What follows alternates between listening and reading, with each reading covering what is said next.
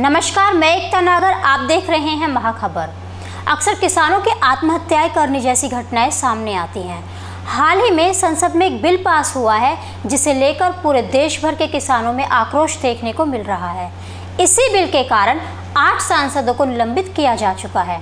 इतना ही नहीं, संसद भवन में कुछ नेता उपवास रख चुके हैं तो कुछ चाय बना रहे हैं। असभ्य तरीके से विरोध करने के कारण इन 8 सांसदों को निलंबित किया गया है।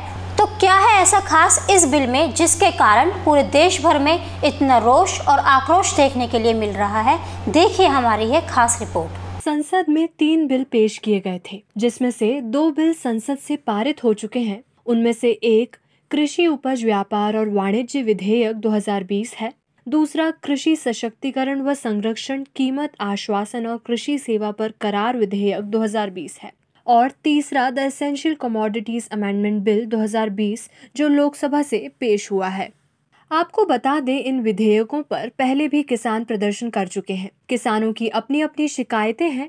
इनका मानना है कि यह विधेयक है, ये धीरे धीरे APMC agriculture produce market committee यानी आम भाषा में कहें तो मंडियों को खत्म कर देगा और फिर निजी कंपनियों को बढ़ावा देगा, जिससे किसानों को उनकी फसल का उचित मूल्य नहीं मिलेगा।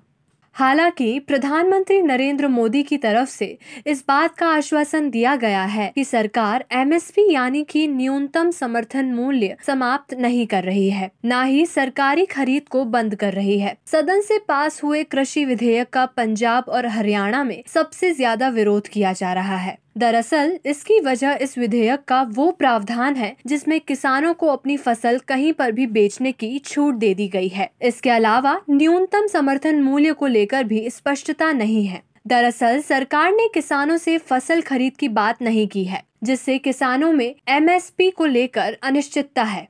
ऐसा माना जा रहा है कि मंडी के बाहर MSP की व्यवस्था न होना ही सबसे बड़ा विवाद का बिंदु है। किसानों का कहना है कि तीनों कानूनों से कोई बड़ी समस्या नहीं है, लेकिन इसमें मंडी के बराबर कोई दूसरी व्यवस्था बनाने का प्रावधान नहीं किया गया है। अगर कोई प्राइवेट प्लेयर इस क्षेत्र में उतर रहा है तो उसके लिए MSP की व्यवस्था होनी चाहिए। उदाहरण के रूप में, अगर गेहूं के लिए 1925 रुपए प्रति क्विंटल की व्यवस्था मंडी के लिए की जाए तो वही व्यवस्था निजी कंपनियों के लिए भी होनी चाहिए। लेकिन अगर किसान किसी भी प्रदेश में अपनी फसल बेचने जाए तो उसके लिए क्या व्यवस्था होगी, इसका जवाब सरकार के पास नहीं है। इसका असर क्या होगा कि अब तक किसान जिस तरह से अपनी फसल को मंडियों में बेचा करते थे, अब वो देश के किसी भी हिस्से में अपनी फसल को बेच सकेंगे। हालांकि इससे मंडियों की अहमियत कम हो जाएगी। आपको बता दें, पंजाब और हरियाणा में मंडियों के काफ़ी बड़े नेटवर्क है और वो काफ़ी व्यवस्थित भी हैं। इसका असर क्या होगा कि अब तक किसान अपनी फसलें मंडियों में बेचा करते थे, अब वो अपनी फसल देश के किसी भी हिस्से में बेच सकेंगे। हालांकि इससे मंडियों की अहमियत कम हो जाएगी।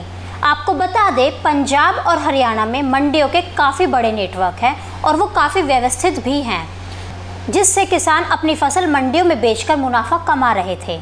नए विधेयक में मंडियों की अहमियत कम होने की आशंका को लेकर किसान सड़कों पर उतर आए हैं। फिलहाल जो किसानों में डर है वो मंडी सिस्टम को खत्म होने को लेकर है। इसी पर उनके बयान भी आ रहे हैं। मंडी सिस्टम के खत्म होने को लेकर वो कहते हैं कि अगर 1 साल भी निजी कंपनियों ने अच्छे दाम दिए तो मंडियां बंद हो जाएंगी और फिर कॉरपोरेट कंपनियां मनमाने ढंग से फसलों के रेट तय करेंगी। बिहार राज्य का हवाला देते हुए किसान कहते हैं कि बिहार में मंडी सिस्टम समाप्त हो चुका है और वहाँ पर किसानों की हालत ठीक नहीं है। उनसे मनमाने दामों पर फसलें खरीदी जाती है। किसान कहते हैं कि अगर सरकार उनकी हितैषी है तो उनसे फसलें खरीदकर निजी कंपनियों को बेचे। अब इस पर सरकार क्या रुख अपनाएगी ये कोई नहीं जानता। अगर आपको हमारी ये वीडियो पसंद आई है तो कमेंट बॉक्स में लिखना ना भूलें, और अगर आप हमारी ये वीडियो हमारे YouTube चैनल पर देख रहे हैं तो उसे सब्सक्राइब करना ना भूलें, और अगर आप हमारी ये वीडियो हमारे पेज पर देख रहे हैं तो महाखबर के पेज को लाइक और शेयर करना ना भूलें। इसी के साथ धन्यवाद, मिलेंगे अगली बार।